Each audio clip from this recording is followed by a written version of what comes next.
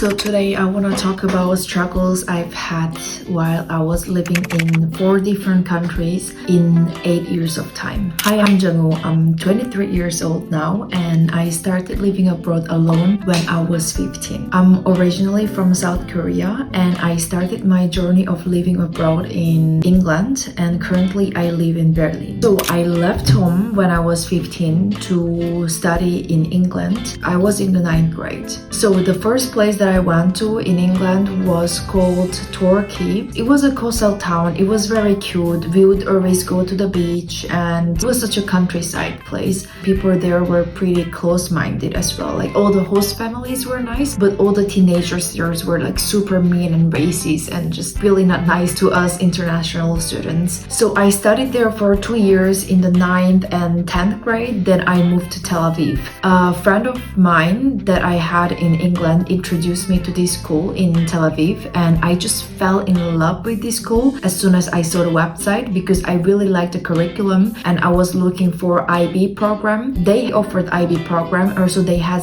dance as a subject and also computer science as a subject, and both of the subjects were what I was looking for, and it was extremely hard to find a school that had both subjects. When I saw this school, I was like, okay, I have to go there. And also it was such a cute place. The campus itself was a big farm. There were horses, cows, chickens. We were living with the animals basically. Of course, it's a very complicated place with a lot of conflict, but the weather was good, the beach was good, and the food was good. Yeah, except for the political situation, everything was good in the school at least. Then I came to Berlin to study software engineering about 4 years ago. Throughout the time, I changed my career a lot because I changed to interaction design at some point, which is kind of like UI UX design, and I changed to product management about 2 years ago, and that's the subject that I'm sticking with right now. At the moment, I'm writing a bachelor's thesis on product management and I plan to graduate within 2025. Besides, I'm also working as a working student 20 hours a week in a company called Ambition. It makes infotainment system for cars. I work as an assistant in project management office. Considering that I'm 23 years old, I think I've gained a lot of experience living abroad alone as an international student, I would say. So the reason why I told you all this is because, as I said in the beginning, I want to tell you all the struggles that I've had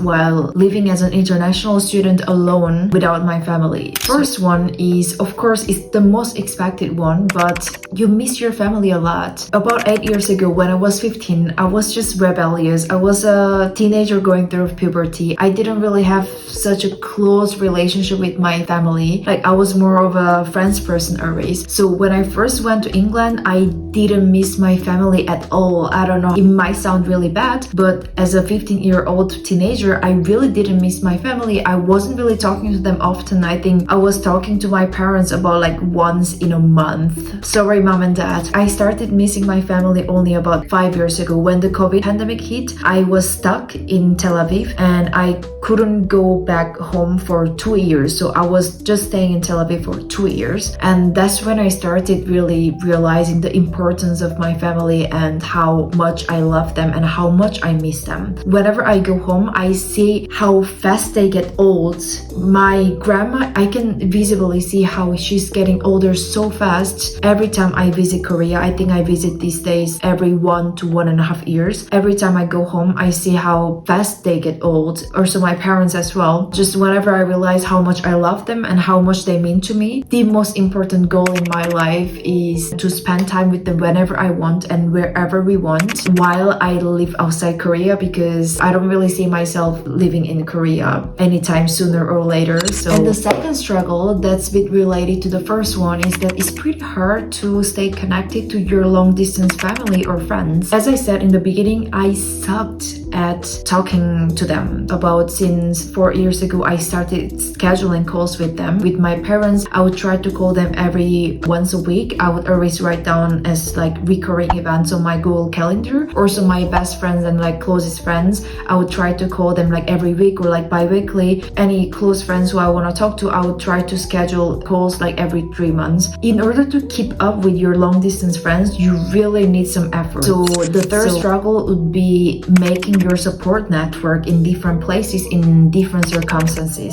Since I was always in a boarding school, it was really natural for me to hang out with my friends without really scheduling so much, because I go out of my door and they're always friends, and I was living with 3 other girls in the room. They were always my friends around. So I didn't really have to put in efforts to make support network. But as soon as I came to Berlin and living alone, that was when the struggle started as an adult living alone. I had to make meetings with people from my university to like really make friends with them, go out of my comfort zone to really open up, trying to navigate making friends as an adult. I think it's a whole different task from high school, because in high school you go to same classes with some people and it's really natural to make friends. But in university and you have like remote classes and stuff, it's so hard to create your support network, your group, you know, like to find those people who you get along with and actually keep up meeting with them regularly. The fourth struggle is, as an adult especially, you have to manage your visa, apartment and finance. You have to find a part-time job unless